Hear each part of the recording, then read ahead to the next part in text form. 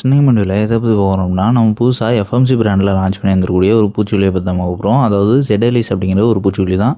First இந்த பூச்சிக்கொல்லியில என்ன technical அப்படின்னு பார்க்கும்போது, சயன்ட்ரைனிப்ரோல் 28.30% W/W அப்படிங்கிற அளவுல ஃபார்முலேஷன்ல இருக்கு. அதாவது ஆயில் டிஸ்பெர்ஷன் அப்படின்னு குறிப்பிடக்கூடிய சுலபமா செடியில பரவுவதற்கு ஏத்தார் போல இதை வந்து உருவாக்கியிருக்காங்க.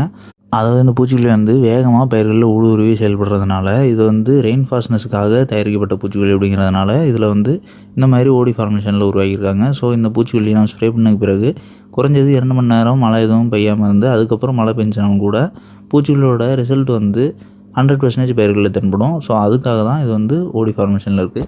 நெக்ஸ்ட் இந்த பூச்சிக்கொல்லி பயன்படுத்தி எந்த மாதிரியான பூச்சிகள் புழுக்கள் அழிக்கலாம் அப்படின்னு பார்க்கும்போது, இதை வந்து பிரத்யேகமாக சார்ந்த பூச்சிகளான அஸ்வினி பூச்சி தாக்குதலுக்கும், வால்பேன் தாக்குதலுக்கும், வெள்ளை ஈக்கள் தாக்குதலுக்கும் பயன்படுத்தலாம்.